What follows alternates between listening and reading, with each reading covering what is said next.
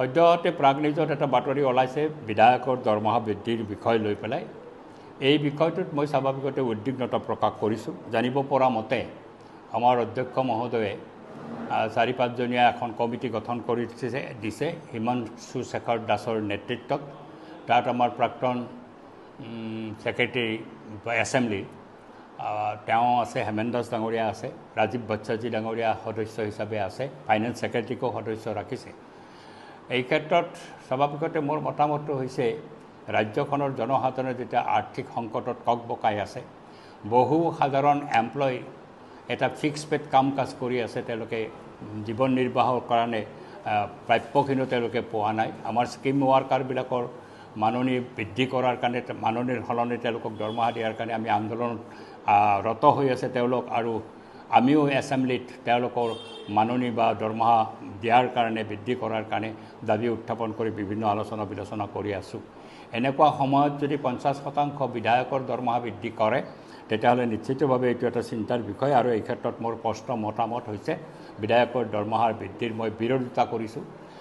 আৰু অন্যান্য অংশৰ মানুহৰ সমস্যা সমাধান নকৰাকৈ বিধায়কসকলে এতিয়া মাহত 80,000 টকা দৰমহা পায়, আৰু তেওঁলোকৰ দৰমহা যদি বৃদ্ধি কৰা হয়, এই নিশ্চিতভাৱে ৰাজ্যখনৰ জনসাধাৰণৰ ওচৰলৈকে এটা নেতিবাচক বাৰ্তা লৈ যাব। আৰু 80,000 টকা দৰমহাৰে বিধায়ক এজনৰ চলাৰ বিৰাট অসুবিধা হৈছে বুলিও মই নাভাবোঁ। কিন্তু আদাৰ এমিনিটিজ বিধায়কৰ কিছু আছে, যেনেকৈ ড্ৰাইভাৰৰ দৰমহা মাত্ৰ 10,000 টকা দিয়ে, তেওঁৰ দৰমহা যদি বৃদ্ধি হয়, এটা স্কিল লেবাৰ হিচাপে তেওঁ যাতে 18,000 টকা দৰমহা পায়। এজন এছিষ্টেণ্ট দিয়ে, কম্পিউটাৰ এছিষ্টেণ্ট, তেওঁৰ দৰমহা মাত্ৰ 12,000 দিয়ে, তেওঁৰ দৰমহা যদি 20,000 বা 22,000 টকা হয়, বা এজন ফৰ্থ গ্ৰেড এমপ্লয় বিধায়কক দিয়া হয়, তেওঁৰ দৰমহা যদি এতিয়া মাত্ৰ 8,000 টকা তেওঁক দি আছে, সেই দৰমহা যদি 14,000-15,000 টকা হয়, তেতিয়াহ'লে নিশ্চিতভাৱে মই তাৰ বিৰোধিতা নকৰোঁ। কিন্তু এইবিলাক দিয়াৰ সময় সপক্ষে থাকিলেও কিন্তু বিধায়কৰ দৰমহা বৃদ্ধি কৰাৰ জৰিয়তে আজি যিটো কাম কৰিবলৈ ওলাইছে, এইটো কাম যদি কৰে, আজি বিশেষজ্ঞ কমিটিয়ে যদি সেইধৰণে প্ৰতিবেদন দিয়ে, তেতিয়াহ'লে মই বিধায়কৰ দৰমহাটো বৃদ্ধি কৰাৰ মই বিৰোধিতা কৰিম। আদাৰ এমিনিটিজবিলাক বৃদ্ধি কৰাৰ ক্ষেত্ৰত মোৰ মতামত থাকিলেও যাতে বিধায়কৰ দৰমহা বৃদ্ধি নহয়, আৰু সেইধৰণে যদি প্ৰস্তাৱ আহে, এইটো ফেচিলিটি এণ্ড এমিনিটিজ কমিটিত আহিব, এমিনিটিজ এণ্ড ফেচিলিটি কমিটিত, তাতে সেই কমিটিটো মই নিশ্চিতভাৱে ইয়াৰ বিৰোধিতা কৰিম। এইখিনি বক্তব্য মই স্পষ্ট কৰি উত্থাপন কৰিলোঁ। এই পৰিস্থিতিত বিধায়কৰ দৰমহা বৃদ্ধি হোৱাটো মই বিৰোধিতা কৰিছোঁ।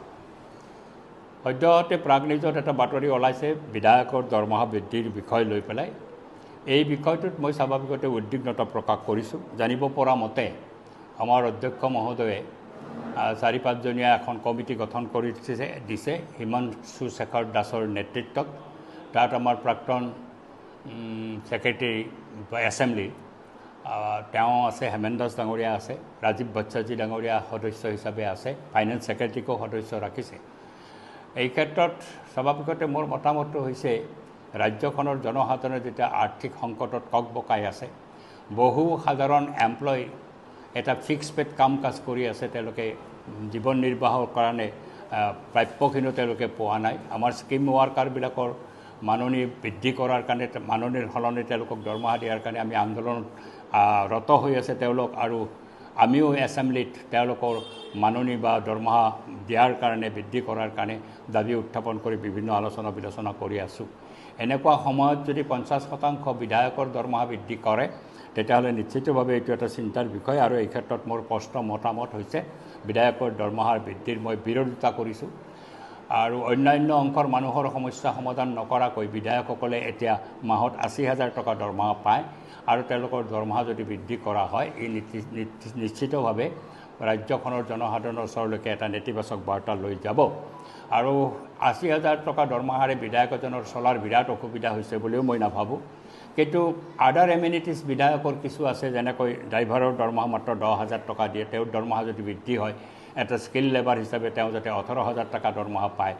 এজন এছিষ্টেণ্ট দিয়ে, কম্পিউটাৰ এছিষ্টেণ্ট, তেওঁৰ দৰমহা মাত্ৰ 12,000 দিয়ে, তেওঁৰ দৰমহা যদি 20,000 বা 22,000 টকা হয়, বা এজন ফৰ্থ গ্ৰেড এমপ্লয় বিধায়কক দিয়া হয়, তেওঁৰ দৰমহা যদি এতিয়া মাত্ৰ 8,000 টকা তেওঁক দি আছে, সেই দৰমহা যদি 14,000-15,000 টকা হয়, তেতিয়াহ'লে নিশ্চিতভাৱে মই তাৰ বিৰোধিতা নকৰোঁ।